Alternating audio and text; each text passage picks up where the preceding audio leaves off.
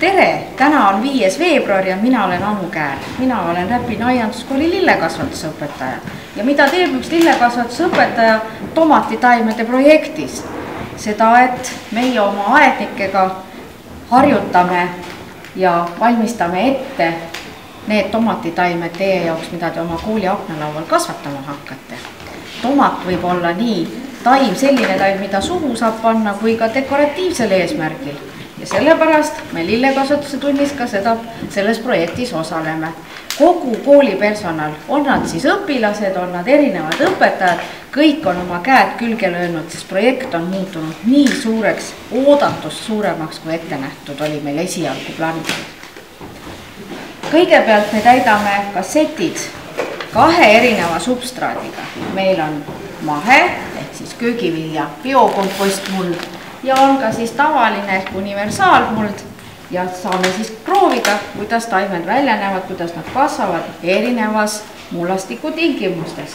Ja kas siis vastab tõele teoreem, et mahemullas on viljad maitsvamad kui tavamullas kasvatatud. Mida me siis täpsemalt teeme? Meil on siin toredad 4 kassetid, kuhu me siis paigutame mahesubstraadi ja tavasubstraadi. Mahesubstraat, nii nagu me kõik oleme harjunud, ikka on märgistatud rohelise märgiga, tavasubstraat meil valge märgiga. Siia siis me taimed ka sisse asetame, kui substraat on pandud. Ja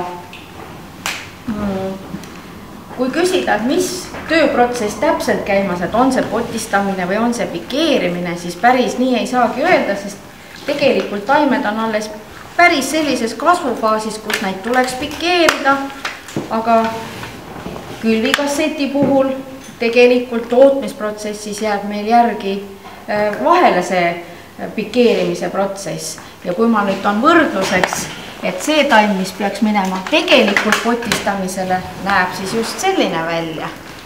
Ja need, mis kassetis on, need tahaks natukene veel kasvada ja võib-olla aeg on ka veidi varajane, kuid ei ole hullu.